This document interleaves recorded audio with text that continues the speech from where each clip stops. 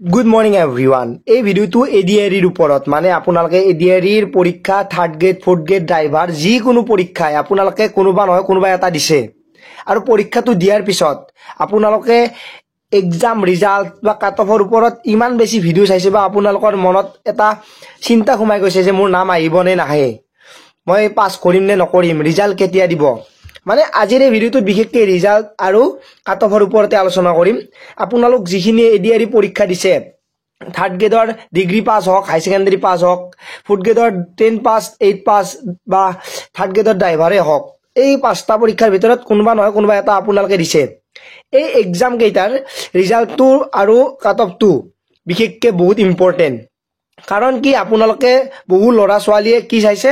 আপোনালোকৰ এনসাৰ কি চাইছে ডাউনলোড কৰি বা আপোনালোকে 50 টকা ভৰি আপোনালোকে চাইছে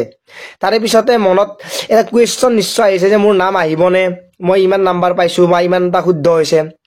বিশেষকৈ এটা কথা কওঁ এডিআৰইৰ পৰীক্ষাটো যেতিয়া হৈ গৈছিল ইমান বেছি পৰীক্ষা দিছে তাৰে ভিতৰত কোনোবাই পাস কৰিব এটা পোষ্টৰ কেঞ্চত কেইজনকে মাতিব ভাইবাত কি মাতিব সেইটো ওপৰত মই নিশ্চয় ভিডিঅ'ই বনাইছো আপোনালোকে চাইছে চাগে এতিয়া যিখিনি থাৰ্ড গ্ৰেড আৰু ফৰ্থ গ্ৰেডৰ পৰীক্ষা দিছে পৰীক্ষা শেষ হোৱাৰ পিছতে আপোনালোকে নিশ্চয় এডিআৰইৰ যেটো এনসাৰ কি আছে সেইটো পাইছে মানে ৰিজাল্টটো আপোনালোকে তেতিয়াই পাইছে কিন্তু চৰকাৰখনে যেহেতু ফেব্ৰুৱাৰীত ৰিজাল্টটো দিয়াৰ কথা কৈছে মই মোৰ অপিনিয়নটো আপোনালোকৰ আগত দাঙি ধৰিব বিচাৰিছো আপোনালোকে আপোনালোকৰ অপিনিয়নটো কমেন্টত জনাব হয় নে নহয় মানে মই ভাবো যে কিবা এটা এক্সাম হৈ যোৱাৰ পিছত যদি এক্সাম ৰিজাল্টটো দিওতে দেৰি হয় যেহেতু আপোনালোকে গমে পাইছে যে এই যেটো ওএমআৰ চিটটো চাওতে বেছি সময় নালাগে কিন্তু এনসাৰ ৰিজাল্টবোৰ জানো হেলি মেলি নহয় কতো জানো প্ৰবলেম নহয় সেইটো কাৰণে অলপমান টাইম লাগে ৰিজাল্টটো দিওতে বাকি এনসাৰ কি চাওতে বা এনসাৰ কি আপোনালোকে উলাওতে বেছি টাইম লাগা নাই সেইটো নিশ্চয় আপোনালোকে দেখাই পাইছে কিন্তু যেটো পৰীক্ষা হৈ গল সেই পৰীক্ষাটোৰ বাবে মই ভাবো এটা এনেকুৱা ৰুল আনিব লাগে যেতিয়া পৰীক্ষাটো হৈ গল এনসাৰ কি আহিলে এনসাৰ কি চালে তাৰে পিছতে এটা কাট অফ মাৰ্ক দি দিব লাগে লৰা ছোৱালীখিনি জানো খেলি মেলিটো নোহোৱা হৈ যায় বা এটা এটো পাসিং মাৰ্ক বুলি ভাবি ল'ব লাগে কাৰণ নহলে এনেকুৱা লাগি থাকে যে বেলেগ পৰীক্ষা এটেম নকৰিম নেকি সেইটো কিন্তু ভুল মই মোৰ বাৰে বাৰে কওঁ বহুতে ক'ব পাৰে যে সেইটো আশা কৰিলে কেনেকুৱা হ'ব কিন্তু কেতিয়াবা মনো নবহে আপোনালোকে যদি এজন এজ এ ক্যান্ডিডেট বুলি ভাবে তেতিয়া হলে আপোনালোকে গম পাব যে কিবা এটা পৰীক্ষা দিয়াৰ পিছত বেলেগ এটা প্ৰিপাৰেচন কৰাৰ আগতে ভাবি থকা যায় সেইটো কি হ'ব সেইটো এটা ভুল কিন্তু এইটো এটা সকলোৰে মূৰত মানে মাইন্ডত আহে আপোনালোকৰ আহে নে নাহে কমেন্টত সেইটো কথা জনাব যে মোৰো আহে মোৰো এনেকুৱাই হয় এতিয়া ৰিজাল্টটো মই ভাবো সোনকালে যদি দিলে হয় ফেব্ৰুৱাৰীত যেটো দিব তেতিয়া হলে সাগে অসম পুলিচত যিখিনি পাস কৰিছে বা এসএসসি যিখিনি পাস কৰিছে তেওঁলোকৰ নগলেও এইফালে অলপ সুবিধা হ'ল হয় বাকি আমাৰ নিবনুৱা সমস্যাটো কমিলে হয় সেইটো আপোনালোকে পিছত গম পাব হয় নে নহয় কাৰণ কি এসএসসি ধৰি লৈছো এজন লৰাই চাকৰি পাইছে যদি তেওঁ যদি ভাইবাত না যায় তেতিয়া হলে পোষ্ট ৰৈ যাব এতিয়া এসএসসি যদি গুছি যায় এতিয়া ভাইবাত যদি না যায় তেতিয়া হলে বেলেগ এজনৰ সিট পালে হয় এনেকুৱা ধৰণৰ মানে অলপমান খেলি মেলি হৈ যায় মানে এটো ক'ব নোৱাৰি টাইমিং অলপ প্ৰবলেম হয় অসম পুলিচতো তেনেকুৱা হ'ব কিছুমানে ফিজিক্যাল পাস কৰিছে এডিআৰইটো পাস কৰিব এয়াতে ভাইবাৰ কাৰণে আৰু এইফালে আকৌ ৰিটেন থাকিব সেই কাৰণে অলপমান মানে লাষ্টত গৈ কেনেকুৱা হয় আমাৰ অসমৰ পোষ্টবোৰতে ওভাৰলেপিং হোৱা দেখা যায় মানে ওভাৰলেপিং মানে কি এটা পোষ্টৰ এগেইনষ্টত দুজন লৰা থাকিব লাগিছিল মানে ধৰি ল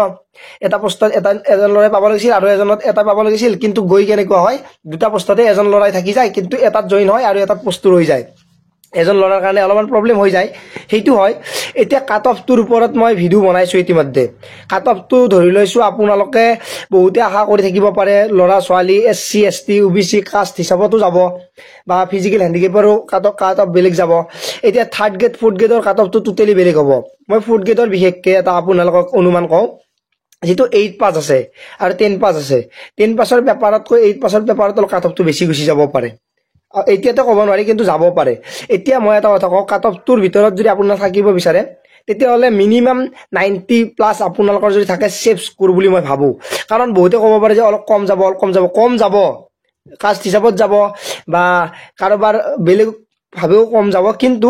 প্ৰবলেমটো কি হ'ব ফাইনেল মেৰিট লিষ্টত হ'ব পাৰে ইয়াতে যেটো ভাইবা আছে ভাইবাৰ 5 নম্বৰ কম্পিটিশনৰ নাম্বাৰ নহয় কাৰণ সকলোৱে প্ৰায় একে নাম্বাৰে পাব কিছুমানে হয়তো পইণ্টত বেছি পাব পাৰে 1-2 বেছি পাব পাৰে কিন্তু মেইন নাম্বাৰ যেটো হেতু হল ৰিটেন টেষ্টত ভাল নাম্বাৰ পালে ভাইবাই কোনো ফাৰাক পেলাব নোৱাৰে সেই কাৰণে মই কাট অফটোৰ ওপৰত এটা কথা কওঁ যেতিয়া কাট অফটো মাৰিব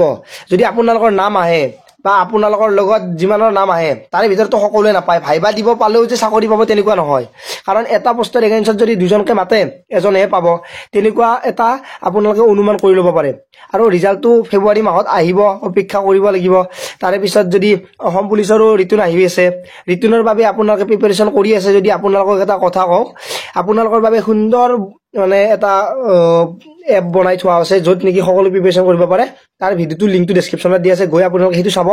আৰু তাৰ পৰা গোটেইখিনি জিকে মেথছ ৰিজনিং গোটেই ল'ব সেই ভিডিওটো চাই আপোনালোকে গোটেইখিনি চাব পাৰে গোটেই ডিটেইলছ আছে ভিডিওটো লিংকটো ডেসক্ৰিপচনত দি আছে সকলোৱে গৈ চাই আপোনালোকে তাৰ পৰাই ধুনীয়াকৈ প্ৰিপাৰেচন কৰিব বিচাৰে যদি পাৰে সেইটো এটা বহুত বেছি আপোনালোকৰ লাভ হ'ব কাৰণ তাতে কেৱল জিকে নহয় 5000তকৈ অধিক জিকে আছে মেথছ আছে ৰিজনিং আছে ইংলিছ আছে লগতে লাইভ ক্লাছ আছে মক টেষ্ট আছে কোৱেশ্চন পেপাৰ আছে এভৰিথিং আপোনালোকে পাব পৰীক্ষাটো তাৰ পৰাই যদি প্ৰিপাৰেচন কৰে আৰু আপোনালোকে বেলেগ ফালে গতি কৰিব নালাগে তাতে লিংকটো দি আছে ডেসক্ৰিপচনত তাতে গৈ আপোনালোকে সেই ভিডিওটো চাই সকলো কাম কৰি ল'ব পাৰে সকলোৱে গৈ আপোনালোকে ডেসক্ৰিপচনত লিংকটো পাই যাব